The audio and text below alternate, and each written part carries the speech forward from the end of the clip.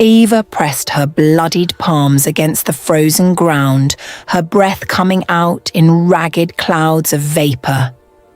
The pack had called her weak, had called her cursed, had called her worthless since the day she failed to shift. They dragged her to the cliff's edge at dawn, their hands rough and their hearts colder than the winter wind. She remembered the way the Alpha's sun smiled as he pushed her, remembered the wind screaming in her ears as she fell. She remembered the snow rising up to meet her broken body, the cold wrapping around her like a burial shroud. But here's the thing about being underestimated, about being thrown away like something broken and useless. Sometimes you don't stay down, sometimes you crawl back up through the pain and the cold. And sometimes, honestly, you bring their weapons with you when you return. Quick question. Would you crawl back up that cliff to face the ones who tried to kill you? Comment crawl or stay before the story continues. The winter wind cut through the mountain pass like claws through flesh, bitter and merciless in its assault on everything. Eiva knelt in the snow outside the pack's gathering circle, her thin dress doing nothing to protect her from the cold. Her knees ached from kneeling for so long, her fingers numb and pale like the corpses of winter birds frozen solid. She dared not move even an inch, dared not shift her weight or lift her head from its bowed position of submission. The elders sat in judgment before her, their faces carved from stone, and years of cruelty and harsh winters survived. She could feel their eyes on her like brands, could feel the weight of their disgust pressing down on her shoulders. The entire pack had gathered for this judgment, hundreds of faces she had known all her life now watching her. "She has failed us again," Elder Bornus announced, his voice carrying across the silent crowd gathered in the circle below the mountain peaks. 3 full moons have passed since her 16th winter, and still her wolf refuses to wake within her broken body.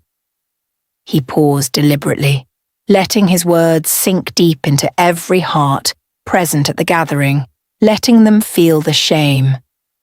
"She brings nothing but shame to our bloodline, nothing but dishonor to the memory of our ancestors who fought and died." His gnarled finger pointed at her like an accusation, like a spear aimed straight at her heart and soul. "In all our generations, in all our history carved in stone and song, we have never had one so weak." Eiva's mother stood somewhere among the crowd, her face deliberately turned away, refusing to meet her daughter's desperate searching eyes, pleading silently. Her father had died in a hunt 2 winters ago, taken by a great brown bear in the Northern Territories. He had been strong, had been respected, had been everything the pack valued in a warrior who protected their lands. Eiva was none of those things, was nothing like him, and the pack never let her forget it for a moment. They whispered when she passed, turned their backs when she tried to speak, and treated her like a ghost already dead. Some spit in the snow when she walked by, marking their disgust and their rejection of her very existence. Children threw stones sometimes, learning cruelty from their parents, learning to hate what was different and weak and broken. "The laws are clear," Elder Bornus continued, his thin lips pressed into a hard line of judgment without any mercy showing. "Those who cannot shift by their 16th winter are not true packs, are not true wolves of our blood." His eyes, cold and grey like winter stones pulled from frozen streams, fixed on her trembling form, kneeling in snow. "They are human, weak, unworthy of the gifts our ancestors passed down through blood and bone and sacred oaths." He raised his voice so even those in the back could hear every damning word, clearly and completely. "They are a drain on our resources, a weakness in our bloodline, a stain on our honor before the gods." The alpha stood then, his massive frame blocking out the weak winter sun behind him in the pale sky above. Gareth was his name, a man of 40 winters with scars crossing his face like a map of battles won. His wolf was legendary, a black as midnight and twice the size of any other in the pack's long history. He looked down at Eiva with something that might have been pity once, but was now just cold indifference and duty. Eiva, daughter of Fenric the Brave, you have been given every chance to prove your worth to this pack and our way. His voice rumbled like distant thunder, like rocks falling down a mountainside in an avalanche that buried everything in its path. You have been given time, been given patience, been given more mercy than most would receive in your shameful position here. Eiva finally lifted her head, meeting the alpha's eyes with what little courage remained in her shaking body and terrified heart. Please, she whispered, her voice barely audible over the wind howling through the mountain pass like a wolf's mournful cry. Please? Just give me more time. I can feel something changing inside me. I swear it on my father's grave. The words tumbled out desperate and quick, tripping over themselves in her need to be heard and understood. My wolf is there. I know she is. She's just sleeping deeper than most, just needs more time to wake. She could hear how pathetic she sounded, could hear the desperation dripping from every word like blood from a wound. I'll do anything. I'll serve anyone. I'll take any task. Just please let me stay and prove myself. Enough! The alpha's son, Duro, stepped forward from his place beside his father, with a sneer twisting his handsome face cruelly. He was 20 winters old, strong and cruel in equal measure, with his father's black hair and his mother's sharp, beautiful features. We've heard these lies before. I heard these pathetic excuses every moon since you failed your first shifting ceremony years ago. He circled around her kneeling form like a predator, his boots crunching in the snow with each deliberate measured step. You're not one of us. You never were, and you never will be, no matter how much you beg. His hand shot out and grabbed her hair, yanking her head back painfully so she had to look up. You're a disgrace to your father's memory, a shame to your mother's womb, a curse on our entire pack. He released her roughly, shoving her face down into the snow where she belonged in his eyes and everyone's judgment. The crowd murmured their agreement, a low rumble of voices that cut deeper than any blade could manage to wound. Eiva recognized those voices, had known them all her life, had grown up among these people who now rejected her. There was Helda, who used to braid her hair when she was small and still held promise of becoming strong. There was Jorvik, who had taught her to track deer through the forest before her failure became apparent to everyone. There was Missa, her closest friend once, who now looked at her with nothing but contempt and disgust written clearly. They had all turned away, had all decided she was worthless, had all chosen the pack's harsh laws over any bond. Even her mother would not speak for her, would not defend her, would not risk her own position for a daughter. Take her to the northern cliff, Elder Bornis commanded, gesturing with one gnarled hand toward the mountain's edge, far above the village. Let the gods decide her fate. Let the fall judge whether she deserves to live or die in their wisdom. It was an ancient punishment, reserved for traitors and oath-breakers, for those who betrayed the pack's trust and honor. Being thrown from the cliff was considered a mercy compared to being torn apart by the pack's wolves in their fury. If you survived the fall, the gods had chosen to spare you and had deemed you worthy of continued life. No one ever survived the fall, not in all the generations of their people's history and memory passed down through songs. The cliff was death, was judgment, was final and absolute in its terrible purpose and cruel mercy offered. 4 warriors grabbed Eiva's arms, hauling her to her feet with rough hands that left bruises on her pale skin already. She tried to pull away, tried to break free, but they were so much stronger than her weak human form. Without her wolf, she was nothing but human. Been nothing but weak flesh and fragile bones that broke easily under pressure. They dragged her through the snow, her feet barely touching the ground as they pulled her along the winding path. The crowd followed, a silent procession of judgment, their faces blank and unmoved by her struggling form and desperate pleas.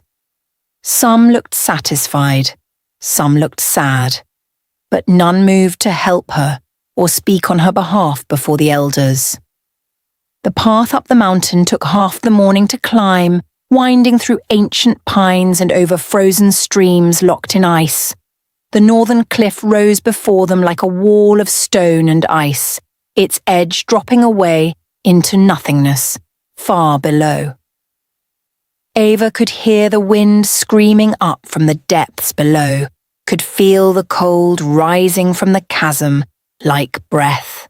Far below, hundreds upon hundreds of feet down through empty air, she could see the snow-covered rocks waiting like teeth. The warriors forced her to the very edge, made her look down into the abyss that would swallow her whole. Her legs nearly gave out from terror, from the absolute certainty of death waiting below in those sharp stones and frozen ground. The wind tore at her thin dress, making it snap and flutter like the wings of some desperate bird trying to fly. "Please," she begged one more time, her voice breaking with terror that flooded through every part of her shaking body.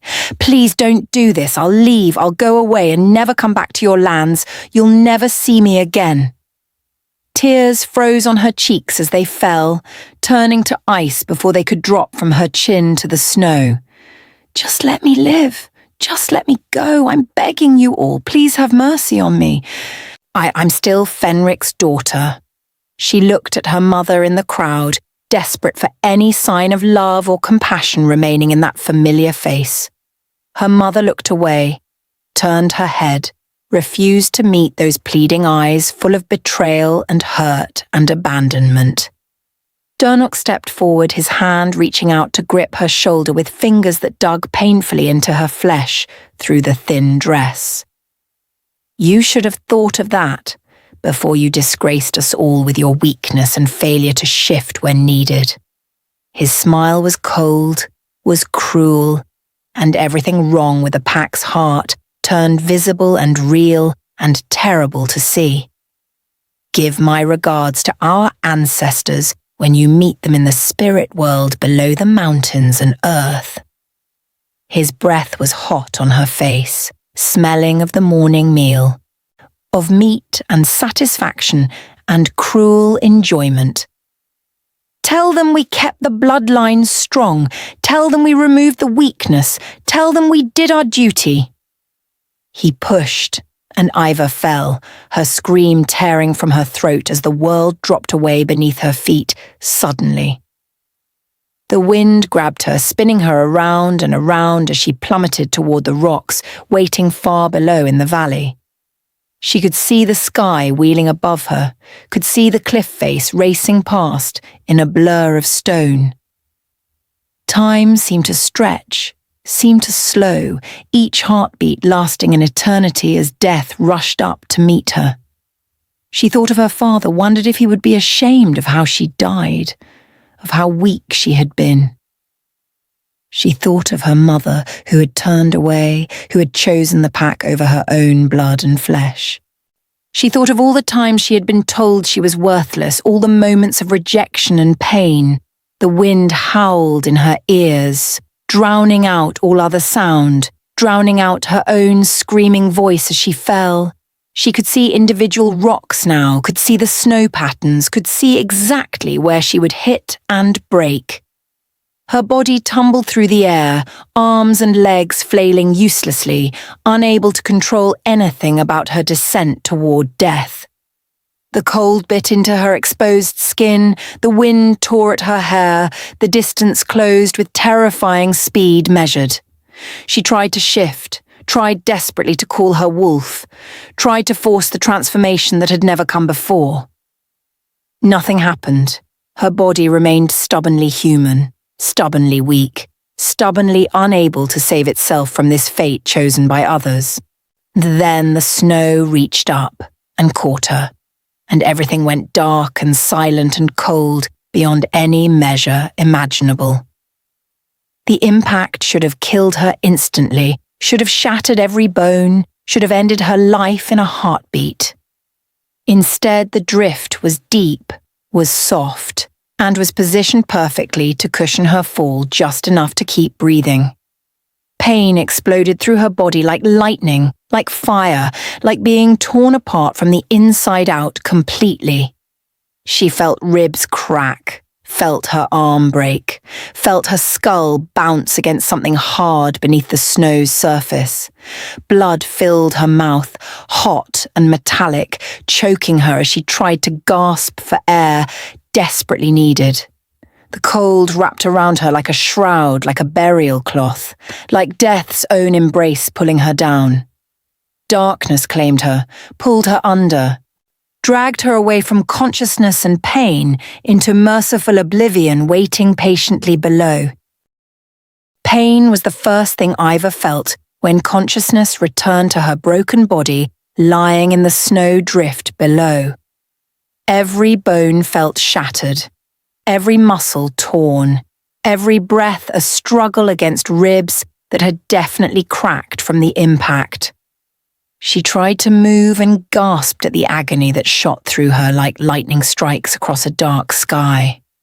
The cold had seeped into her very bones, had frozen her blood, had turned her fingers and toes completely numb. She was alive, somehow impossibly alive, but barely holding on to the thread of life remaining in her damaged body.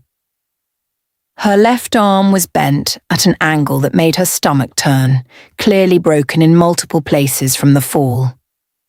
Her right leg throbbed with a deep ache that suggested the bone might be cracked there as well beneath bruised flesh.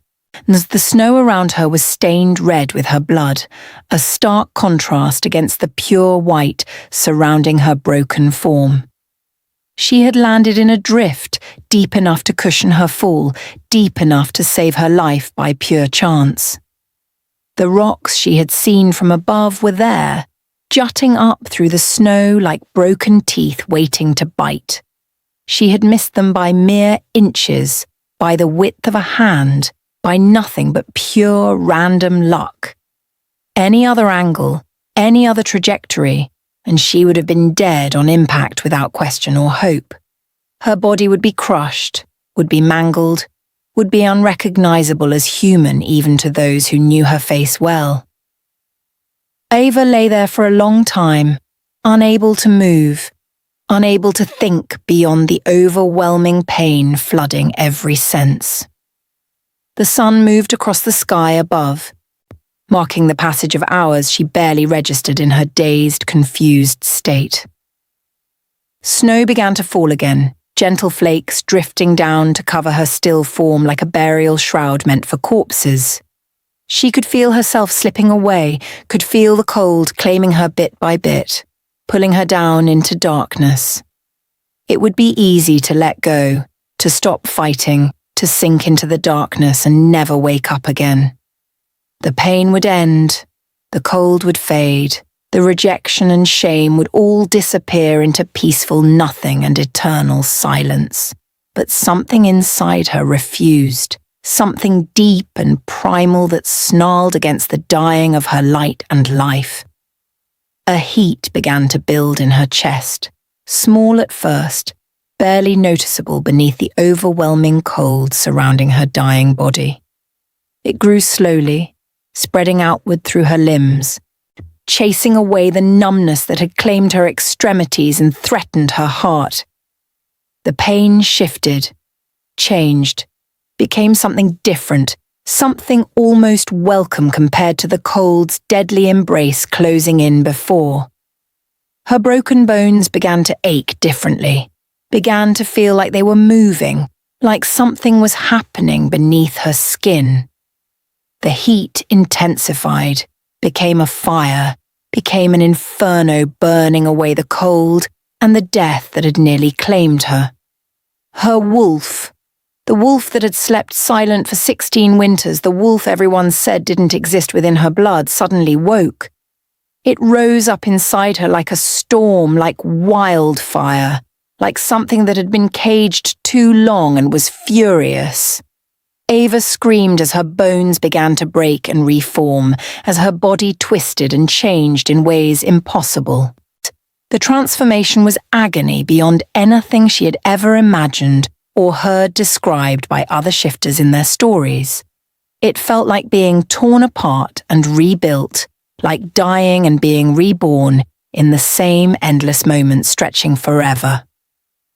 Her broken arms straightened with cracks that echoed off the cliff walls, the bones fusing back together stronger than before. Her cracked ribs shifted, reformed, healed in seconds that felt like hours of concentrated torture and rebirth combined. Fur erupted across her skin, white as the snow surrounding her, white as fresh fallen powder covering the mountains in winter's grasp. Her face elongated into a muzzle. Her hands and feet became paws tipped with claws like black daggers made for hunting. The pain faded as the change completed, replaced by strength she had never known, brought by power thrumming through every muscle newly formed. She stood on 4 legs, shaking snow from her thick coat, and threw her head back to howl with everything. The sound echoed off the cliff walls, carried on the wind, a declaration of survival against all odds and expectations. It was a sound of rage, of triumph, of refusal to die when everyone wanted her gone and forgotten forever. Eiva's wolf was not small like she had always feared it might be if it ever appeared at all within her. She was large, powerful, built for endurance and strength rather than speed alone like some of the pack's smaller hunting wolves. Her paws were broad, perfect for travelling through deep snow without sinking down into the drifts that would trap others. Her coat was thick, designed to withstand the harshest winters the mountains could offer without freezing or suffering from cold. She looked up at the cliff she had fallen from, at the impossible distance she had survived through transformation. The pack was up there somewhere, probably celebrating her death, probably already forgetting she had ever existed among them at all. Rage filled her then, hot and fierce, burning away any fear or doubt that remained in her transformed heart. They had tried to kill her, had thrown her away like garbage, had decided she was worthless and deserved only death. But she was still here, was still breathing, was still alive despite their judgment and cruelty toward her. Her wolf wanted blood, wanted revenge, wanted to make them all pay for every insult and injury over the years. The desire to climb back up that cliff, and to tear into them while they slept, to show them her teeth and claws was overwhelming. But Eiva's human mind held back, held control, knew that charging back up the mountain would be suicide regardless of newfound strength. She needed to be smart, needed to be careful, needed to survive long enough to prove them wrong about everything. The forest stretched out before her, dark and deep, filled with dangers beyond counting in its shadowed depths and hidden valleys. But it also offered shelter, offered food, offered a chance to grow stronger before facing her enemies with preparation. Eiva began to walk, her paws leaving tracks in the fresh snow, her nose catching scents on the wind. She would survive this, would become stronger, would find a way to make them see their terrible mistake clearly. Every step sent strength flooding through her legs. Every breath filled her lungs with cold, clean air and possibility renewed. Days blurred together as she learned to live as a wolf, as she hunted and travelled through the wilderness alone. Her instincts guided her, teaching her things no other wolf had bothered to show her before her fall from grace. She learned to bring down deer, to fish in frozen streams, to find shelter in caves and hollow trees protected. The solitude was both blessing and curse, giving her time to think, time to plan, time to let her rage simmer. She travelled south, away from pack territory, following valleys and ridges deeper into the mountain range beyond their lands.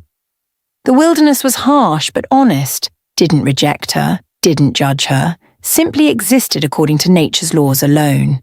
May she hunted elk in the deep valleys, learning patience as she stalked them through the snow for hours before striking. She fought off a wolverine that tried to steal her kill, feeling the satisfaction of defending what was hers. She slept in caves warmed by her own body heat, her thick coat keeping the cold at bay completely. The moon waxed and waned twice as she travelled, as she grew stronger, as she learned what it meant to be. Her wolf was not just strong, was not just powerful, but was clever and patient and calculating in ways that surprised her. She could sense things on the wind, could hear prey from impossible distances, could track by scent alone across miles of terrain. It was during one of these hunts that Eiva found the first weapon, a spear stuck in the snow between two trees. The shaft was broken near the middle, but the metal head still sharp despite obvious age and weathering from the harsh elements. She shifted back to human form, ignoring the cold on her bare skin for the moment, and pulled the spear free carefully.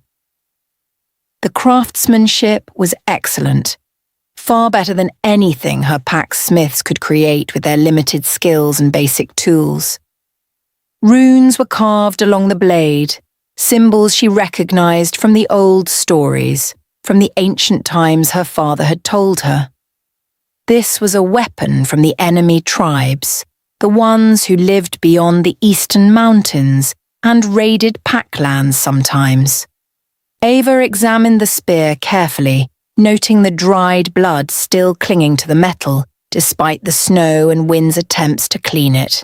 Someone had died here, had fought here, had left this weapon behind in their final moments of life and struggle. She found more signs of battle as she searched the area around the trees, more weapons scattered and half buried. Swords with curved blades, axes meant for throwing, knives with hilts wrapped in leather and fur for grip. All bearing the same runes, all crafted with the same skill and care by enemy hands beyond the mountains. A war party had passed through here, had fought someone or something, had left their weapons behind in defeat or retreat. Understanding dawned slowly, piecing together what must have happened in this place months or perhaps years ago in the past. The enemy tribes had sent warriors into pack territory, had tried to invade, had been stopped somehow by defenders. Her pack must have fought them here, must have defended their lands, must have won the battle against the invaders. But they had left the weapons behind afterward, had abandoned them in the snow to rust, had considered them tainted or cursed. It was foolish, wasteful, typical of the pack's superstitious nature and fear of anything different or foreign to their ways. Good weapons were valuable, were necessary for survival, and should never be left to waste regardless of who made them originally. Eiva gathered what she could carry, selecting the best weapons from the scattered collection around her in the snow. A sword with a blade as long as her arm, still sharp and well-balanced despite the elements and time. 2 knives with hilts wrapped in leather, perfect for close combat or utility work in the wilderness during survival. a small axe meant for throwing, its weight distributed perfectly for spinning through the air toward targets with accuracy. She shifted back to wolf form, gripping the sword's hilt in her jaws carefully, determined to bring these treasures somewhere safe. The metal tasted bitter on her tongue, but she held it firmly, refusing to drop such valuable finds discovered. The journey back north took weeks, travelling slowly with her burden of weapons carried carefully in her powerful jaws. She cached them in caves along the way, marking each location carefully in her memory before continuing onward toward home. She found more battlefields, more abandoned weapons, more signs of conflicts between pack and enemy tribes over the years. Each time she gathered what she could, building up a collection of enemy blades and tools hidden safely. The snow grew deeper as she climbed higher, as she approached pack territory from the western approach through difficult terrain. She could smell them on the wind now, could sense their presence beyond the next ridge, could feel her heart beginning to race. Eiva stopped on a ridge overlooking the pack's village far below in the valley, watching smoke rise from their fires. They thought her dead, thought the cliff had claimed her, thought they would never see her face again in life. She would prove them wrong, would walk back into their territory, would show them the weapons she carried with her. She would show them that she had survived, that she was stronger, that she was worthy of respect and recognition. Her wolf growled low in her chest, eager for confrontation, eager to make them pay their debts for cruelty. But Eiva held back still, knowing timing was everything, knowing she needed to make an entrance they would never forget. She needed to plan, or needed to prepare, needed to decide exactly how she would return and what she would say. The weapons at her feet represented more than just metal and wood, representing proof of her survival and her strength earned. She would arrange them carefully, would present them as both gifts and threats, and would make them understand everything. The snow continued to fall around her as she stood on that ridge, looking down at the village that had rejected her. Soon, very soon, she would go back down there and change everything with her presence and her survival proven. The morning of Eiva's return dawned cold and grey, with fresh snow falling thick and heavy from dark clouds overhead. She had shifted back to human form during the night, and had endured the cold on her bare skin with gritted teeth. The transformation still hurt, still felt like breaking and remaking, but she was getting used to the sensation with each change. Her wolf complained about the vulnerability, about being exposed and weak, but Eiva needed to face them as human for this moment. She needed them to see her face, to recognize who had come back from the dead below the cliff edge. She needed them to know exactly who stood before them now, alive and changed, and stronger than they imagined possible. She had arranged the weapons carefully at her feet during the hours before dawn while the village still slept peacefully below. The work had taken time, precision, deliberate placement of every blade and handle just right for maximum visual impact. The sword lay directly before her, its curved blade catching what little light filtered through the falling snow from above. The knives flanked it on either side, their hilts pointing toward her, ready to be grabbed quickly if needed. The throwing axe rested slightly behind, completing the display of enemy weapons that should not exist here at all. Several spears stood upright in the snow, forming a circle around her, their metal heads gleaming dully in the dim light. Eiva had covered herself in snow deliberately, letting it cling to her hair and skin, letting it make her look ethereal. The pack's hunters spotted her first, 3 warriors on morning patrol through the territory's outer boundaries and edges as usual. They stopped dead in their tracks, staring at the impossible sight before their disbelieving eyes and shocked minds trying to process. One of them, a man named Garen, actually stepped backward, his face going pale beneath his thick, dark beard suddenly. "It cannot be," he whispered, his voice shaking with something between fear and awe at the vision standing before them. She fell. We all saw her fall. She should be dead and gone forever from this world. His hand moved to the knife at his belt instinctively, a defensive gesture born from confusion and growing fear of something. Eiva said nothing at first, simply stood there with the weapons at her feet, letting them process what they saw clearly. The snow continued to fall around her, coating her shoulders and hair in white, making her look like some spirit or goddess. Her body bore the marks of her survival, scars from the fall and from living wild in the wilderness for weeks. But she stood straight, stood proud, stood strong despite the cold biting into her flesh, without mercy or kindness. Her eyes, once always downcast in submission and shame, now met theirs with unflinching intensity and barely contained rage burning. She looked different, moved different, carried herself like someone who had died and been reborn into something entirely new and dangerous. Get the Alpha, another hunter, a woman named Selka, finally managed to speak past her shock and utter confusion about this situation. Get everyone. They all need to see this, need to know she has returned from death itself somehow. She kept her hand on her knife hilt, not threatening, but wary of what Eiva might do in this strange state. "Eiva, how are you alive? How did you survive the fall that should have killed you instantly upon impact?"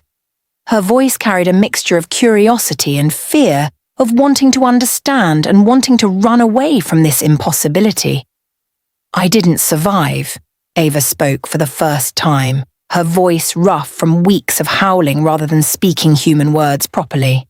"I died on those rocks far below, died in the snow and cold and darkness, all alone without anyone." She paused deliberately, letting her words sink in deep, letting them wonder at her meaning and strange implications she hinted. But something brought me back. Something woke inside me that had been sleeping too long and too deep within. Her hand moved to touch her chest, right over her heart, where her wolf now resided fully awakened and powerful. The fall broke something. Or maybe it fixed something. I'm not entirely sure which is true, honestly. The hunters exchanged glances between each other, uncertain what to make of her cryptic words and strange demeanour before them now. Garen finally turned and ran back toward the village, his feet kicking up snow as he sprinted away fast. Selka and the third hunter remained keeping their distance, watching Eiva like she might vanish if they looked away even briefly. The snow fell heavier now, reducing visibility, turning the world into a white void around them all standing frozen. Eiva could hear movement in the distance, could sense the pack coming, could feel her heart beginning to pound with anticipation. This was the moment she had planned for, had dreamed of, had prepared for during her long weeks alone surviving. They came in a wave, the entire pack flooding out to see the impossible sight for themselves with their own eyes. Elder Bornis led them, his face a mask of shock and growing anger at what he witnessed standing before them. The Alpha followed close behind, his massive frame cutting through the crowd like a ship through water with ease. Durnok pushed his way to the front roughly, his face twisting with something ugly when he saw Eiva standing there alive. Her mother was there too, hanging back in the crowd, her hand pressed to her mouth in disbelief and horror. The entire village had come, hundreds of faces staring at her, hundreds of eyes wide with shock and confusion and fear mixed. "You fell," Durnok stated loudly, his voice carrying accusation, denying the reality standing before him now in flesh and blood. You fell and you died. The gods took you. You cannot be here standing before us like this. He looked around at the crowd desperately, seeking support, seeking validation of what should have been unchangeable truth and final judgment. This is some trick, some illusion, some evil spirit wearing her face to deceive and manipulate us all into doubt. His hand moved to his weapon, gripping it tightly, knuckles white with the force of his desperation to deny reality.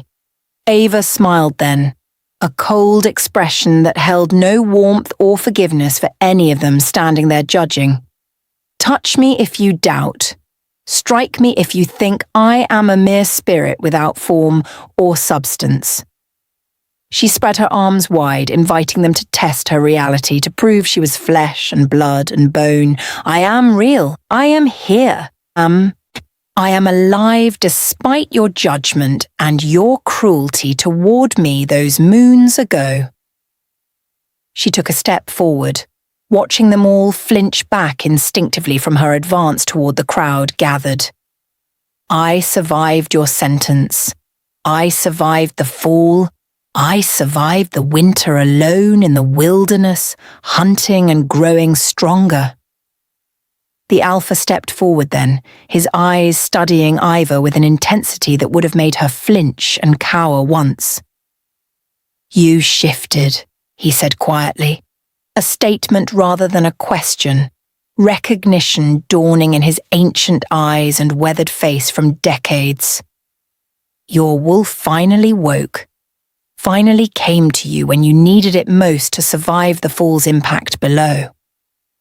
He looked down at the weapons at her feet, his expression growing more complex and harder to read with each passing moment. Where did you find these? Where did you get enemy blades forged by tribes beyond the mountains in distant lands? His voice held curiosity now, genuine interest mixing with the shock and confusion still present in his weathered features from years. I found them in the snow, Eiva answered simply, not elaborating fully, not explaining everything she had discovered and learned during her time alone.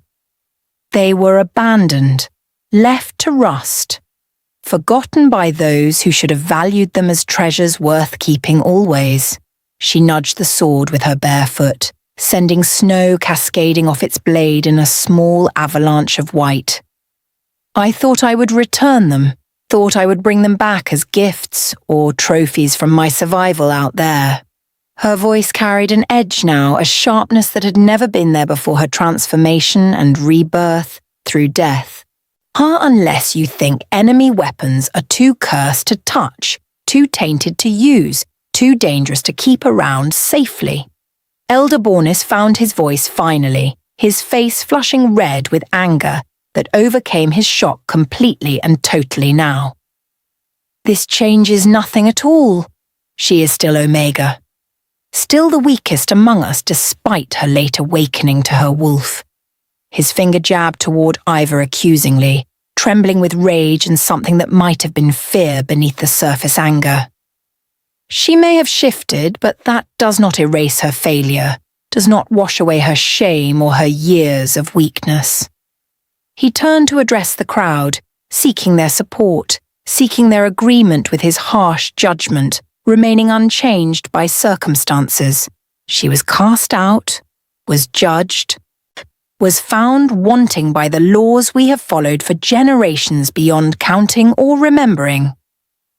The law is clear, another elder suddenly said, an old woman named Pashka with white hair and sharp, calculating eyes.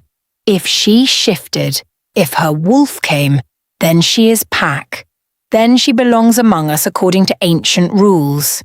She looked at Bornis with barely concealed disdain, with challenge in her weathered face and steady gaze holding firm. You know the laws. You know the ancient ways. You cannot deny her now that she has proven herself worthy. Her voice carried authority, carried weight, carried the memory of someone who had lived longer and seen more than most. Or do you wish to throw out our oldest laws, our most sacred traditions, Our ancestors' wisdom all at once, the crowd murmured, divided, and some nodding agreement while others shook their heads in denial and continued rejection of her presence. Eiva watched them argue about her fate, about her worth, about whether she deserved to live among them again. The rage built inside her chest, hot and fierce, threatening to overflow into violence and bloodshed she desperately wanted. Her wolf pushed at her control, wanting to shift, wanting to tear into them all for their cruelty over the years. She held it back with effort, with will, with the knowledge that losing control would prove them right about everything. I did not come back to beg for acceptance, Eiva said loudly, cutting through the arguments and debates swirling around her. I did not crawl up from death to plead for a place among you all once more like some beggar. She met the Alpha's eyes squarely without fear, without submission, without anything but cold determination and clear purpose showing through.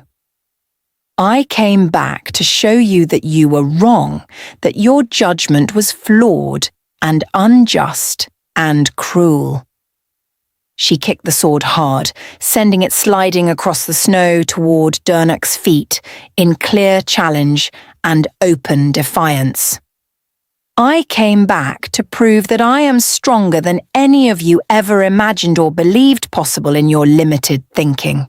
Durnok looked down at the weapon, then back up at Eiva, with hatred burning in his dark, cold eyes fiercely. You dare challenge me. You dare threaten the Alpha's son with enemy steel and proud words spoken so boldly? He reached down and grabbed the sword, lifting it high for all to see its foreign craftsmanship and deadly sharp edge. I will kill you properly this time. Or we'll finish what the cliff failed to complete before when we threw you down. His voice rose to a shout, filled with rage and wounded pride mixing together into something dangerous and unstable right now. I will show everyone here that you are still weak, still pathetic, still unworthy of breathing our air or walking our lands. Then try, Eiva said softly, her voice carrying despite its quietness, despite the wind and snow swirling around them all gathered. Try to kill me again. Try to throw me down. Try to break me like before when I was weak. She bent down slowly and picked up one of the knives, feeling its weight, feeling its balance and deadly purpose designed perfectly. But know that this time I will fight back with everything I have learned and become out there. Her eyes met him without flinching, without backing down, without showing any hesitation or doubt before his threats and anger displayed. And this time, Durnok, this time you might be the one who falls instead of me to the rocks below. The Alpha raised his massive hand suddenly, stopping his son from rushing forward in blind rage and wounded pride that could be fatal. Enough! This is not how we settle disputes. This is not how packs resolve their conflicts according to tradition and law. He looked between Eiva and Durnok carefully, weighing something in his mind, calculating outcomes and consequences very carefully and thoughtfully. If you wish to prove your worth, if you wish to claim a place among us, then you must do it properly. His voice dropped lower, became more serious, carried the weight of Alpha command that no one could ignore or dismiss. According to ancient law and tradition, passed down from our first ancestors who walked these mountains long ago. Name your terms, Eiva responded immediately without hesitation, not backing down even slightly, not showing any doubt before them all.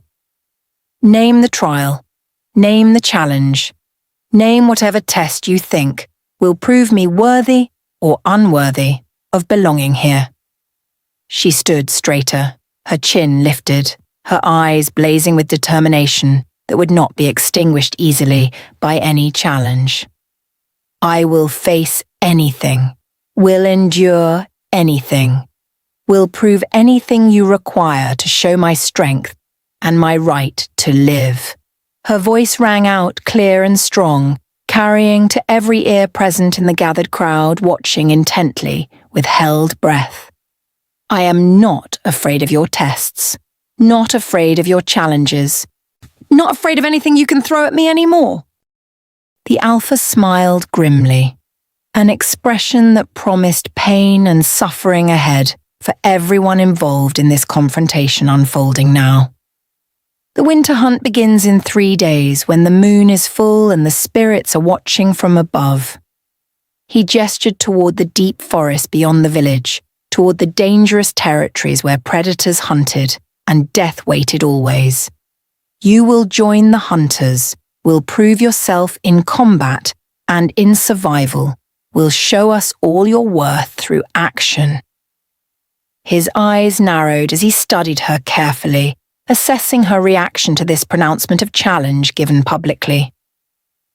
"If you survive, if you contribute, if you prove yourself strong, then perhaps we will reconsider your place among us here." He paused, letting the weight of his words sink deep into everyone present, listening carefully now in the heavy silence. "But if you fail, if you fall behind, if you prove yourself still weak despite your shifting, then you will leave our lands forever." Eiva nodded slowly, accepting the terms without argument or negotiation, knowing this was the only path forward offered to her. "I accept your challenge. I accept your terms. I accept whatever test you put before me gladly and without fear." She looked around at the crowd, meeting eyes that had rejected her, had mocked her, and had celebrated her death. "In 3 days, when the moon rises, I will hunt with you all and show you exactly what I have become." The 3 days before the hunt passed slowly, each hour stretching long like the shadows across the winter snow at dusk. Eiva was given a small hut at the edge of the village, far from the central fires where the pack gathered. It was old, drafty, the roof sagging from years of neglect and lack of proper repair from anyone. No one had lived there since old Fenra died 5 winters ago, alone and forgotten by everyone who once knew her. The door hung crooked on leather hinges. The single window was covered with a torn hide that let the wind through. But it was shelter, protection from the elements, and was better than sleeping in caves like she had for weeks. She spent the first day simply resting, letting her body recover from the journey back to Packlands through harsh terrain. Her wolf wanted to prowl, wanted to hunt, wanted to prove herself immediately to everyone watching and judging her. But Eiva knew patience, had learned it during her time alone, and had discovered that rushing forward often led to mistakes. She sat in the hut, watching through the torn hide as pack members passed by outside in the snow. They stared at her dwelling, whispered to each other, pointed and made gestures she remembered from childhood games about ghosts. Some spit in the snow as they passed, maintaining their disgust, maintaining their rejection despite her return and survival proven. Her mother came on the second day, appearing at the door just as the sun reached its highest point overhead. Marna looked older than Eiva remembered, her face lined with new wrinkles, her hair showing more grey than brown now. She stood in the doorway, not entering, not speaking, just staring at her daughter with unreadable eyes that held secrets. The silence stretched between them like a chasm, like the distance of the cliff Eiva had fallen from willingly. Finally, Marna reached into her cloak and pulled out a bundle wrapped in leather, setting it on the threshold carefully. "Your father's hunting knife," Marna said quietly, her voice rough like she hadn't used it much recently for speaking. "He would want you to have it, would want you to carry it during the hunt that approaches soon." She turned to leave immediately, not waiting for response, not offering explanation or apology for her silence during the judgment. He was proud of you once, before you failed, before everything changed and went so terribly wrong for our family. Her shoulders hunched as she walked away, her steps heavy in the snow. Her back bent like she carried weight. Eiva picked up the bundle, unwrapping it slowly to reveal the blade her father had carried for 20 winters of hunting. The knife was beautiful, deadly, perfectly balanced with a handle carved from deer antler and wrapped in leather. She remembered watching him sharpen it by firelight, remembering the way he would test the edge against his thumb carefully. Tears came then, hot and unexpected, streaming down her face as she held this piece of her father returned. He had believed in her once, had told her stories of late bloomers, and had promised her wolf would come eventually. He had been wrong about the timing, but right about the wolf existing deep within her bloodline and spirit. The knife went into her belt, resting against her hip where she could reach it easily during any confrontation or need. She spent hours that day practicing the draw, making the motion smooth and natural, making it instinctive and quick. Her father had taught her some knife work when she was young. Before her failure became apparent to the entire pack, the movements came back slowly, muscle memory awakening from years of disuse and neglect through rejection, slash, stab, parry, block, the basic patterns he had drilled into her during those precious few seasons together before his death. Durnok appeared on the third day, bringing 3 other young wolves with him as backup and support for whatever he planned. They were all sons of prominent families, all strong shifters, all devoted to the Alpha's son completely and without question. They stood outside her hut, making no effort to hide their presence or their hostile intentions toward her presence. Eiva watched them through the torn hide, her hand resting on her father's knife, her wolf rising close to the surface. "Tomorrow you die," Durnok called out loudly, his voice carrying across the space between them and beyond to the listening ears. "The hunt will take you, will break you, will show everyone that you are still the weak, pathetic thing we threw away." His companions laughed, a harsh sound that echoed off the surrounding huts and made other pack members look toward the noise. "I will make sure of it personally. We'll make sure you never return from the forest alive or whole." He spit in the snow toward her door, marking his contempt, marking his promise of violence to come tomorrow. Eiva stepped outside then, moving through the crooked door without fear, without hesitation, without showing them anything but calm confidence. "You tried to kill me once already, tried to throw me away, tried to end me permanently with that cliff." She walked toward them slowly, deliberately, watching them tense as she approached without fear showing in her movements. "I came back. I survived. I grew stronger than you can possibly imagine or understand fully in your limited thinking." She stopped just beyond their reach, close enough to see their faces clearly, far enough to react if they attacked. "So make your threats, make your promises, make your plans for tomorrow's hunt approaching fast, but know that I am not the same girl." "You're still weak," one of Durnok's companions said, a broad-shouldered youth named Tarvek with a scar across his cheek. "You may have shifted, may have survived, may have crawled back here, but you have no pack training at all."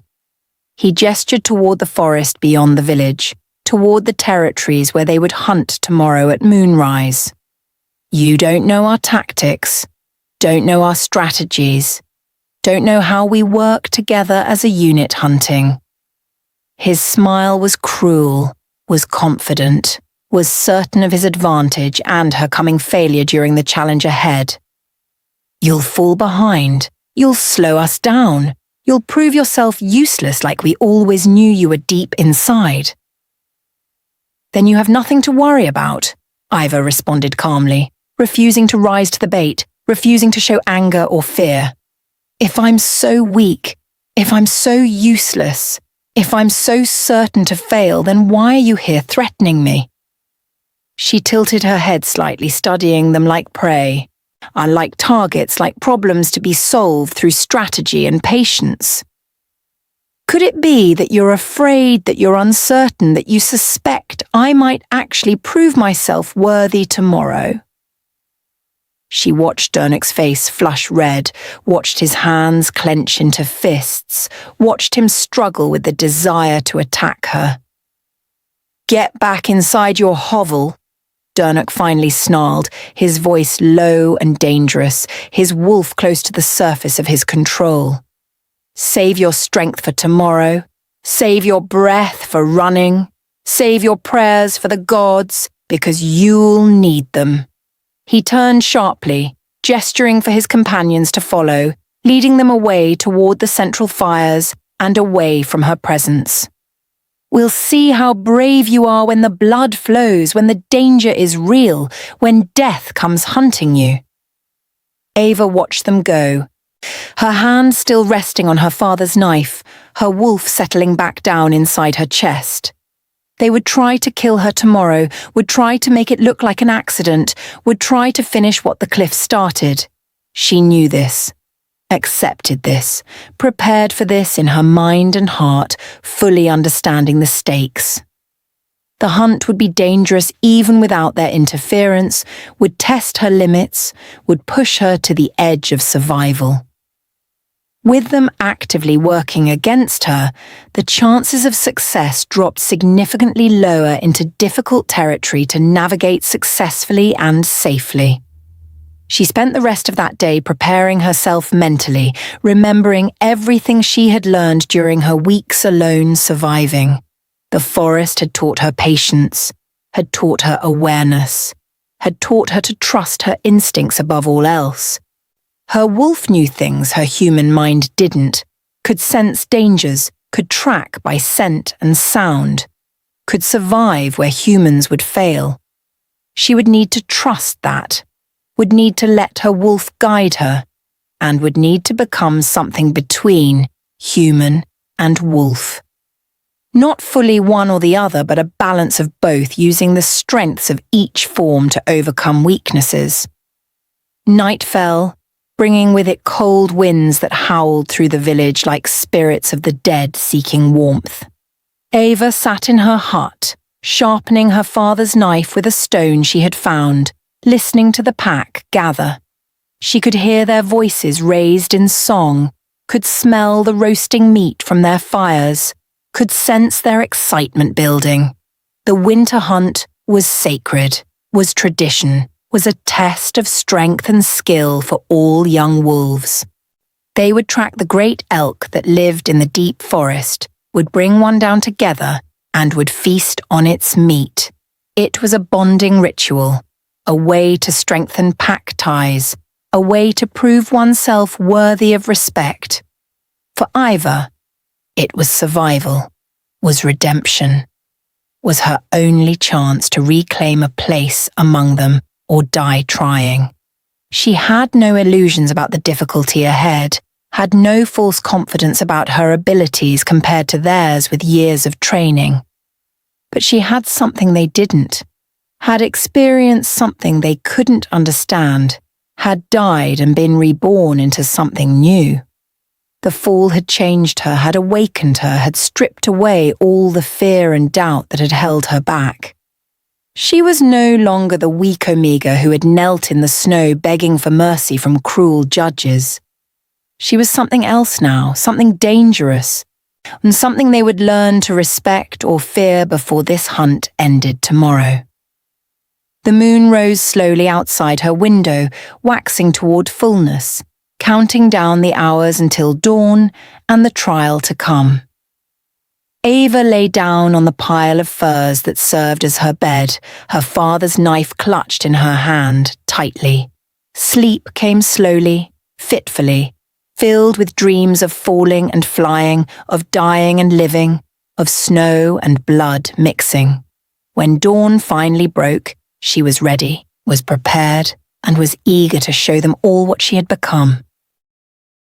The hunting party gathered at dawn, 20 wolves strong, all young and eager to prove themselves in this sacred tradition. Elder Bornis stood before them, his breath visible in the cold morning air, his voice carrying the weight of ceremony.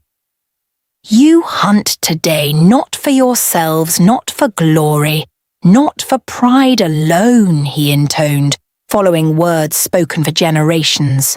You hunt for the pack, for the survival of all, for the continuation of our people through harsh winter ahead.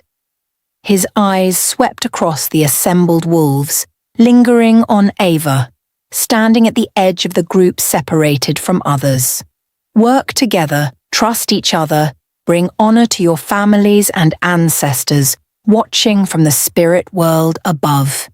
The Alpha stepped forward then, his massive frame commanding attention from everyone present in the gathering circle formed.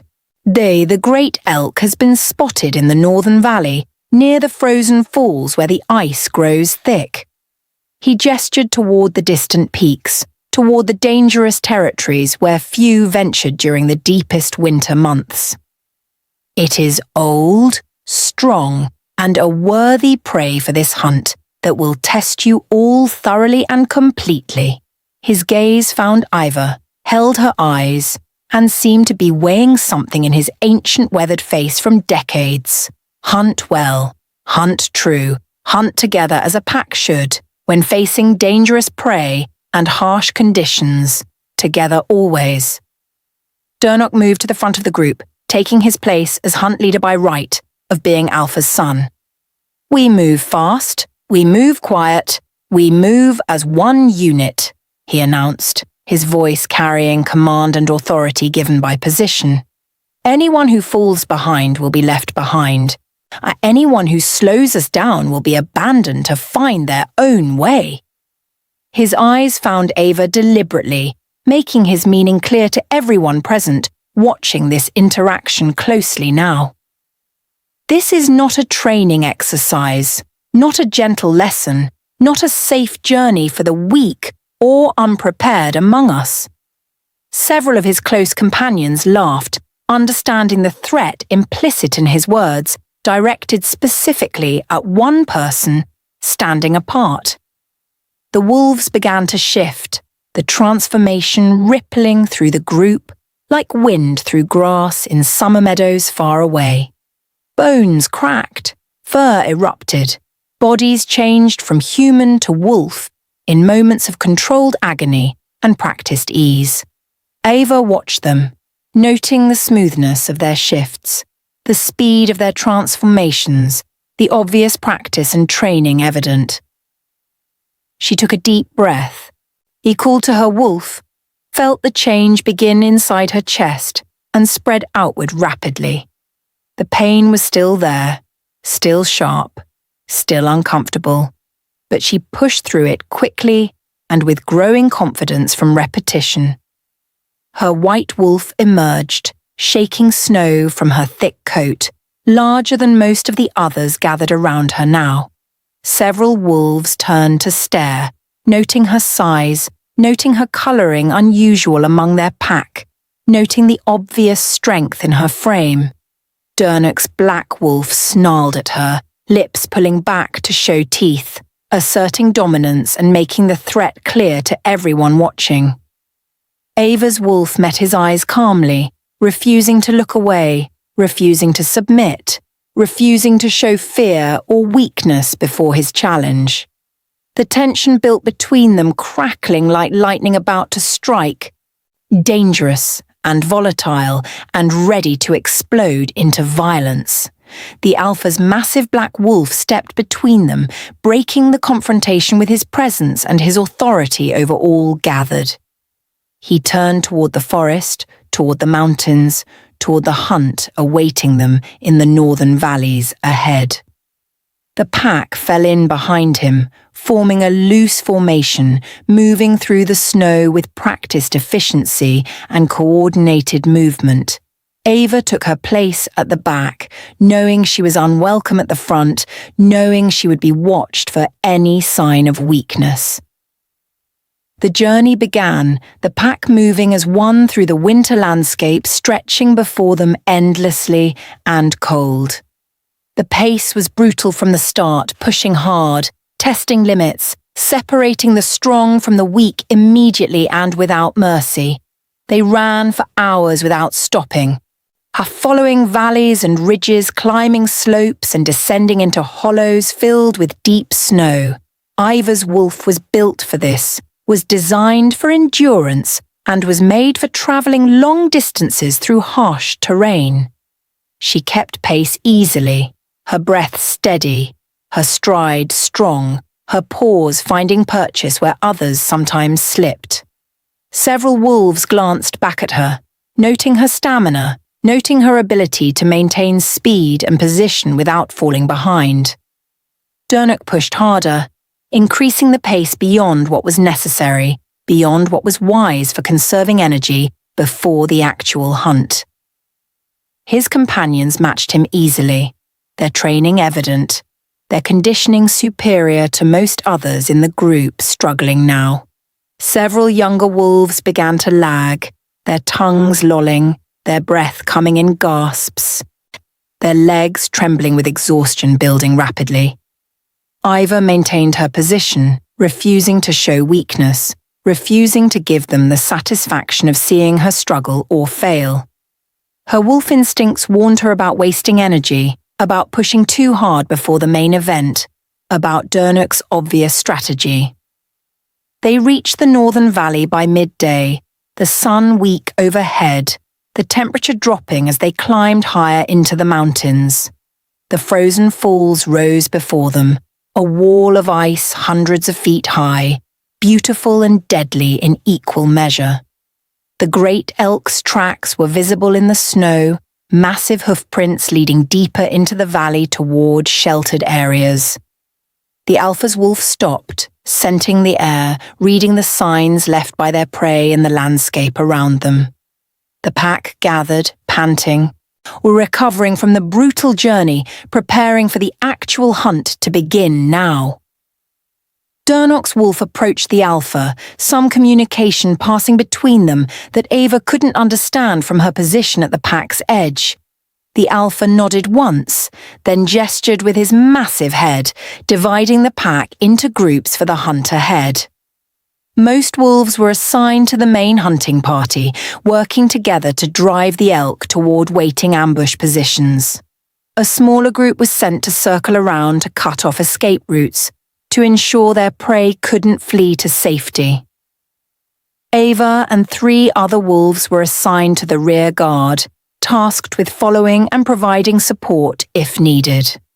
It was a clear dismissal, a way to keep her from the main action, a way to minimize her contribution to the hunt's success. The 3 wolves assigned with her were the weakest of the group, the ones who had struggled most during the journey here. One was barely more than a pup, having shifted only months ago, inexperienced and uncertain in his movements. Another was an older wolf named Girsa, her legs stiff with age, her muzzle grey with years of service.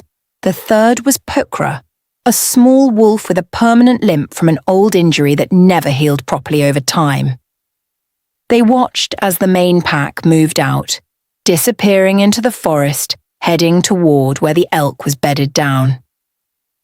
The sounds of the hunt began soon after, howls echoing through the valley, barks and snarls of pursuit, the crashing of brush. Eiva's small group followed slowly, keeping pace with Girsa and Pokra, who couldn't move quickly through the deep snow. The young wolf, whose name was Temrin, bounded ahead excitedly, eager to see the action, eager to be part of something important and meaningful to the pack. The sounds changed suddenly, howls of pain mixing with the pursuit sounds, something going wrong with the hunt ahead. Eiva's wolf pushed forward, instinct screaming danger, something bad happening that required immediate response and action. She raced ahead, leaving her small group behind, following the sounds of distress and combat echoing through the forest. She burst into a clearing and saw chaos unfolding before her shocked eyes and racing mind, trying to process everything. The great elk was massive, larger than any she had seen, with antlers spanning wider than her wolf was long. It had turned on its pursuers, had refused to run, had decided to fight instead of flee from the hunting pack. 2 wolves lay in the snow, not moving, red spreading around them in growing pools of blood. 3 more were injured, limping away, out of the fight, unable to continue attacking this dangerous prey.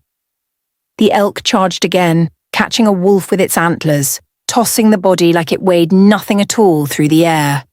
Durnok's black wolf was there, circling, trying to find an opening, trying to coordinate the remaining wolves into an effective attack pattern. But the elk was smart, kept moving, kept its deadly antlers toward any threat, approaching from any direction. The alpha's wolf was attempting to get behind it, to hamstring it, to bring it down from the rear. But the elk sensed him, turned, charged with speed that seemed impossible for something so large and powerful to achieve quickly. Eiva didn't think, simply reacted. Her wolf launching forward without conscious decision or careful planning of approach strategy. She hit the elk from the side, her weight and momentum knocking it off balance, preventing its charge from connecting with the alpha. Her jaws found purchase on its shoulder, teeth sinking deep into muscle and hide, tasting blood hot and fresh. The elk screamed, a sound that cut through the forest like a knife, terrible and primal and full of rage. It thrashed, trying to shake her off, trying to bring its antlers around to gore her vulnerable body. Other wolves seized the opportunity, attacking from multiple angles, while the elk was occupied with Eiva clinging to its shoulder. Durnok's black wolf went for the throat, his jaws closing on the windpipe, crushing and tearing with practiced efficiency. The alpha's wolf got behind it finally, his massive jaws closing on a rear leg, hamstringing it, bringing it down to the snow. The elk struggled, kicked, fought with everything it had remaining in its massive, powerful body, refusing to die easily. But there were too many wolves now, too many teeth, too much damage accumulating rapidly in multiple locations at once. Eiva held on through all of it, her jaws locked tight, refusing to let go even as the elk thrashed and kicked. Pain exploded in her ribs as a hoof connected, knocking the air from her lungs, nearly breaking her grip. She tasted blood, felt bone crack, heard the elk's screams growing weaker and more desperate as life left its struggling body. Finally, mercifully, it fell, its massive body hitting the snow with an impact that shook the ground beneath them all standing close. The pack stepped back, panting, bleeding, exhausted from the brutal fight that had nearly killed several of them today. 2 wolves were dead for certain, their bodies still and broken in the red-stained snow spreading wide. Several others were badly injured, might not survive the journey back to packlands through harsh terrain. But they had succeeded, had brought down the great elk, and had proven themselves in this sacred hunt, despite the cost. Eiva released her grip, stepping back, her ribs screaming with pain from the kick she had taken during the fighting. Durnok's wolf approached her then, his eyes unreadable, his body language tense and uncertain about what came next. He shifted back to human form, standing naked in the snow, blood covering his chest and arms from the kill. "You saved the alpha," he said quietly, his voice carrying confusion, carrying resentment, carrying something that might have been grudging respect beneath. "You moved without thinking, without hesitation, without concern for your own safety in the moment of danger. He looked at the dead elk, at the dead wolves, at the blood covering everything, including Eiva's white coat. You proved yourself today, proved you are not weak, proved you belong among us whether I like it or not. The alpha shifted as well, his massive human form still imposing even without his wolf size, and power showing clearly. He walked to where the two dead wolves lay in the snow, kneeling beside them, closing their eyes with gentle hands. Corvin and Talish gave their lives for the pack, for the hunt, for the tradition that binds us all together. His voice carried grief, carried respect, carried the weight of responsibility for every loss suffered by his people. We will honor them, remember them, and carry their spirits back to the village for a proper ceremony and farewell. He stood, turned to face Eiva still in wolf form, still covered in blood, still panting from exertion and pain. You have proven yourself. You have earned your place. You have shown courage and strength that cannot be denied by anyone. Eiva shifted back to human form, ignoring the cold on her bare skin, ignoring the pain in her ribs where the elk had kicked. She met the alpha's eyes, saw approval there, saw acceptance she had been denied her entire life, until this moment. I did what needed to be done, what any pack member would do, what my father taught me before he died. Her voice was steady despite the pain, despite the exhaustion, despite the emotion threatening to overwhelm her completely right now. I am pack. I have always been pack. I just needed time to prove it to everyone, including myself, ultimately. The journey back was slower, more somber, carrying the dead and supporting the injured through the winter landscape stretching endlessly. They took turns carrying the massive elk, its weight distributed among multiple wolves working together to bring the prize home.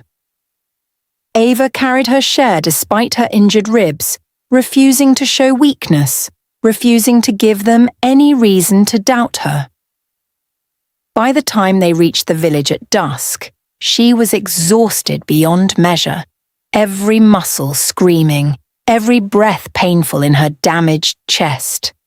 But she had survived, had proven herself, had finally earned what should have been hers by birth and bloodline alone.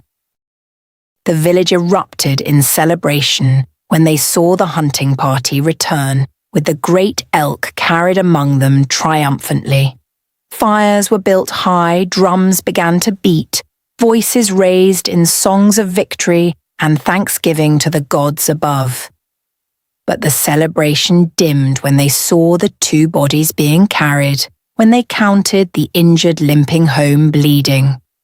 The pack gathered in the central circle, the elders coming forward, the families of the dead stepping forward with grief written across their weathered faces. It was the way of things, the price of hunting, the cost of survival in these harsh mountains. Elder Bornis looked at the dead wolves, looked at the elk, looked at the survivors covered in blood and exhaustion clear. Who made the killing blow? Who brought down the great elk? Who led this successful hunt despite the losses? His voice carried the formal tone of ceremony, of tradition being observed, of honours needing to be distributed properly. Step forward and claim your glory. Step forward and receive the pack's gratitude and respect for your courage and skill. Durnok stepped forward first, his chest still covered in dried blood from the elk's throat torn open by his jaws. I brought it down. I tore its throat. I made the killing strike that ended its life quickly. His voice rang out confident, carrying pride, carrying the assurance of someone who knew his place in the pack hierarchy. Several wolves nodded, having seen his attack, having witnessed his role in bringing down the dangerous prey successfully. I led the hunt. I coordinated the attack. I ensured we succeeded despite the elk's unexpected resistance and fierce fighting. The alpha stepped forward then, his massive frame commanding attention from everyone present in the circle gathered now. Durnok speaks truth. He did make the killing blow. He did lead the coordination of the final attack effectively. He paused, his eyes sweeping across the assembled pack, making sure everyone was listening carefully to his next words. But there is more to this story, more that must be told, more that must be acknowledged before the pack tonight. He gestured toward Eiva standing at the edge of the circle, her white form visible even in the firelight.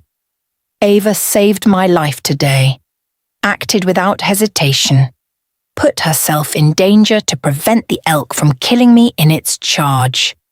The crowd murmured, voices rising in confusion and surprise at this revelation about the despised Omega, who had returned from death. Durnok's face darkened, his jaw clenching, clearly unhappy with his father's public acknowledgement of Eiva's contribution to the hunt's success. Elder Bornis frowned deeply, his weathered face showing displeasure at having to revise his judgment and previously held beliefs about her worth.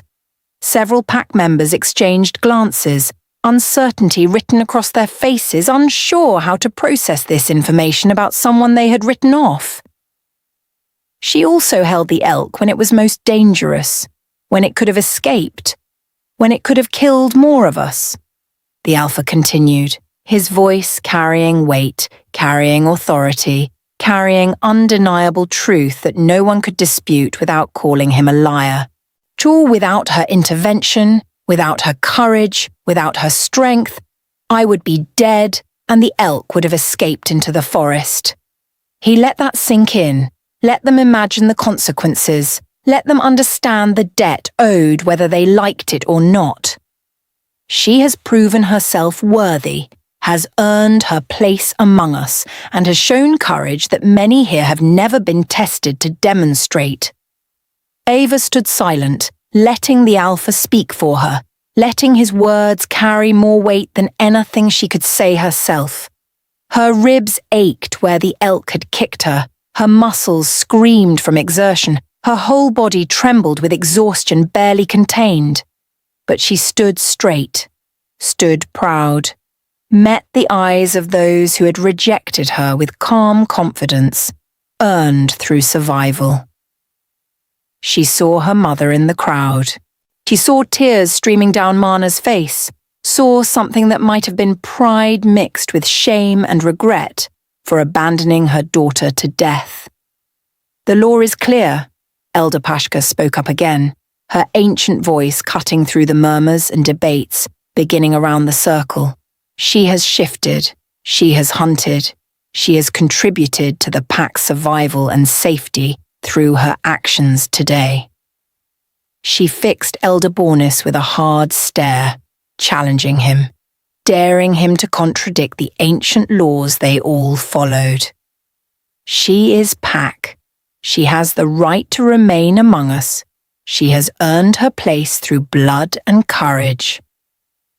Several other elders nodded agreement, their faces showing acceptance, showing willingness to acknowledge what had been proven beyond doubt today. Elder Bornis looked like he had swallowed something bitter, and his face twisted with displeasure and barely contained anger at being forced to acknowledge. Very well, the law is satisfied. She may remain among us as Omega still, he finally conceded, his voice dripping with reluctance. But she has proven nothing beyond surviving one hunt, nothing beyond a single act of courage that any wolf should demonstrate, naturally. He pointed at her accusingly, still trying to diminish her achievement, still trying to maintain some superiority and control. She remains at the bottom, remains the weakest among us, remains unproven in the long term despite today's performance. No, the Alpha said firmly, his voice carrying a command that silenced all debate immediately and completely without question or argument.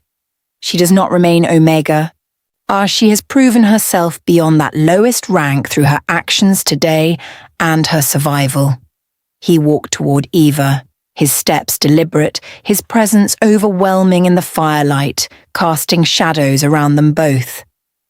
She will be recognized as a full member of the pack, will have the same rights as any other, and will be treated with the respect her courage has earned.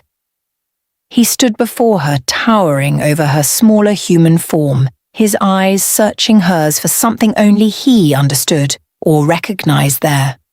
She brought back enemy weapons. She survived alone for weeks. She saved her alpha's life. She helped bring down the great elk. His voice rang out across the silent crowd, listing her achievements, making them undeniable even to her harshest critics standing witness. These are not the actions of an Omega, not the actions of someone weak, not the actions of someone who deserves our scorn. He placed his hand on her shoulder, the gesture shocking in its familiarity, its acceptance, its public acknowledgment of her worth. She is a pack. She is a wolf. She is one of us from this moment forward and forevermore without question. The crowd responded slowly, voices rising in acceptance, in acknowledgement, in grudging respect for what had been proven beyond doubt today. Some remained silent, their faces showing displeasure, showing rejection, showing refusal to fully accept despite the alpha's words. But most nodded, most acknowledged, most recognized that their judgment had been wrong and unjust from the beginning. Eiva felt something break inside her chest, some wall she had built around her heart to protect from constant rejection and pain. Tears came unbidden, streaming down her face, mixing with the blood and dirt covering her exhausted body standing there. Durnok stepped forward suddenly, his face dark with anger and wounded pride at being overshadowed by someone he considered beneath him. She may have proven herself today, may have earned temporary acceptance, may have shown some courage, he began, his voice rising with each word spoken. But that doesn't erase her failure, doesn't wash away her years of weakness, doesn't change what she is fundamentally inside. He pointed at her dramatically, trying to sway the crowd, trying to maintain his narrative about her unworthiness. One hunt doesn't make her strong. One act doesn't prove her worth. One day doesn't change a lifetime of shame. You're right. Eiva spoke for the first time since entering the circle, to her voice quiet but carrying clearly in the sudden silence. One hunt doesn't prove everything. One day doesn't change the past completely. One act of courage doesn't erase years of struggle. She stepped forward, moving closer to Durnok, her eyes locked on his, refusing to look away or back down now. But I didn't come back to erase the past. Didn't return to make everyone forget, didn't survive just to be welcomed home. She gestured at the weapons still arranged where she had left them days ago at the village edge. I came back to prove you wrong, to show that your judgment was flawed, to demonstrate that strength comes in many forms. She turned to address the entire pack, raising her voice so all could hear every word spoken from her heart. Finally. You threw me from a cliff. You sentenced me to death. You decided I was worthless and undeserving of life. Her words rang out accusatory, reminding them, making them face what they had done without excuse or justification. I died that day. The old Eiva died on those rocks below, broken and bleeding and alone in the snow. She touched her chest, right over her heart, where her wolf now resided fully awakened and powerful. But something new was born, something stronger, something that refused to stay down despite your cruelty and rejection of me. I survived because I had to, because I refused to let you be right about me, because something inside me finally woke up. Her voice grew stronger, more confident, carrying the weight of experience and hard-won wisdom earned through suffering. I found those weapons in the snow, or abandoned by warriors who forgot that value doesn't come from where something is made. She pointed at the enemy blades, at the foreign craftsmanship, at the tools that had been left to rust. I brought them back not as gifts, not as tribute, not as an apology for my existence among you all. She met Dernick's eyes again, saw his anger, saw his hatred, saw his refusal to accept what stood before him. I brought them back as proof that I survived, that I grew stronger, that I became something you never expected or imagined possible. The crowd was silent now, hanging on every word, listening to her speak with authority and confidence they had never heard. Some looked ashamed, some looked angry, some looked thoughtful about what she was saying to them. Eiva took a deep breath, feeling her ribs protest, feeling the pain but pushing through it like she had pushed through everything. I walked back through the snow, covered in it like a shroud, with your enemy's weapons at my feet as symbols. Her voice dropped lower, more intimate, more personal in its delivery now. Not because I wanted to threaten you, not because I sought revenge for what you did, not because I came back full of hatred. She spread her arms wide, showing herself vulnerable, showing herself open, showing herself honest in this moment of truth. I came back because this is my home, because this is my pack, because this is where I belong despite everything. Tears streamed down her face freely now, no shame in showing emotion, no weakness in admitting truth. I came back because my father is buried here, because my ancestors are here, because my blood ties me to this land. She looked around the circle, meeting eyes, connecting with people who had known her all her life despite rejection. I came back to prove that being thrown away doesn't mean you're worthless, that falling doesn't mean you can't rise, that dying doesn't mean you can't be reborn into something better and stronger. Her mother pushed through the crowd then, moving forward with tears streaming down her weathered face openly without shame. Mana stopped before her daughter, her hands reaching out tentatively, afraid of rejection, afraid of being pushed away after abandoning her. "I'm sorry," Mana whispered, her voice breaking, her whole body shaking with emotion released finally after holding it in. "I'm so sorry I didn't speak for you. I'm sorry I turned away. I'm sorry I chose the pack over my own daughter."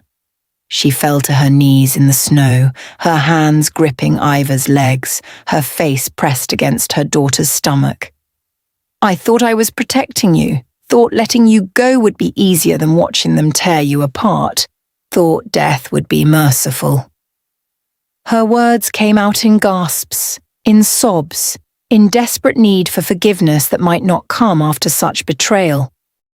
Eiva stood frozen for a moment, torn between anger and love, between resentment and understanding warring inside her heart. Finally, she reached down, her hands touching her mother's hair, feeling the grey strands, feeling the years that had passed. "I forgive you," she said quietly, the words costing her, the forgiveness not coming easily despite love remaining beneath hurt. "I understand why you did it. Understand the impossible choice you faced. Understand the pressure of pack law and tradition." She helped her mother stand, pulled her into an embrace, held her tight despite protesting ribs screaming pain. "But I'm not the same daughter you lost. I'm not the same girl who knelt in the snow begging for mercy." She pulled back, looked into her mother's eyes, let her see the changes, let her see the strength earned. "Yeah, I died, and came back different, came back stronger, came back ready to fight for my place here. The Alpha stepped forward again, raising his hand for silence as murmurs spread through the crowd witnessing this reunion. Eiva has proven herself, has earned her place, has shown courage and strength that honors her father's memory and name. His voice carried finality, carried command, carried the weight of decision that would not be questioned or reversed. From this day forward, she is recognized as a full member of this pack, with all rights and responsibilities that come with it. He looked at Durnuk directly, his eyes hard, his meaning clear about challenging this decision now. Anyone who disputes this, anyone who challenges this, anyone who refuses to accept this will answer to me personally and face consequences. Durnuk's jaw worked, his hands clenching and unclenching, his whole body tense with barely controlled rage and wounded pride. But he bowed his head finally, acknowledging his father's command, accepting the decision even if he didn't agree with it. "As you command, Alpha," he said stiffly, the words forced through clenched teeth, the submission costing him greatly. "She is pack. She is acknowledged. She will be treated accordingly from this moment forward." He turned and stalked away, his companions following, their faces showing similar displeasure and rejection despite the Alpha's decree. Elder Bornis looked equally displeased but knew better than to argue with the Alpha's decision publicly before everyone gathered. "So it shall be recorded. So it shall be remembered. So it shall be honoured by all," he intoned formally, following the ritual words.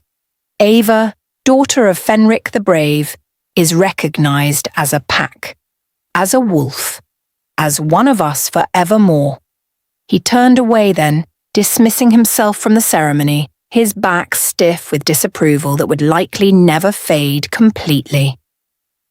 The celebration resumed then, the drums beating louder, the fires burning brighter, the pack coming together to honour the successful hunt. Eiva stood in the centre of it all, surrounded by acceptance she had never known, by respect she had never received, by acknowledgment she had fought so hard to earn. People approached her, offered congratulations, touched her shoulder in passing, included her in ways they never had before today. Some were genuine, some were grudging. Some were simply following the Alpha's command, but it didn't matter anymore, really. She had survived, had proven herself, had walked back through the snow covered in it like a shroud reborn. The weapons at her feet had been symbols of survival, of strength, of refusal to stay down when thrown away. Now they would be melted down, reforged, made into tools for the pack's use, despite their enemy origins. Just like Eiva herself, they would be transformed, would be accepted, would be made part of something larger than themselves. She looked up at the stars beginning to appear overhead, at the moon rising full and bright, at the sky that had watched her fall and watched her rise again.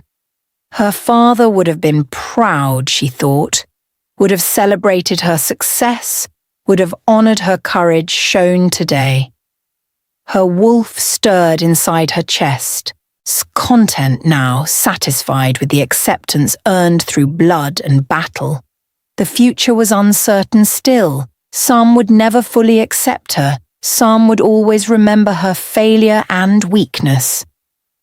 But that didn't matter anymore, didn't define her anymore, didn't control her anymore like it once had before the fall. She had proven herself, had earned her place, had become something stronger than anyone expected, including herself ultimately. The snow began to fall again as the celebration continued, gentle flakes drifting down to cover the village in white once more. Eiva stood in the firelight, surrounded by her pack, by her people, by her home finally acknowledged and accepted. She had been thrown from the cliff, had died in the snow and had crawled back covered in it with enemy weapons at her feet.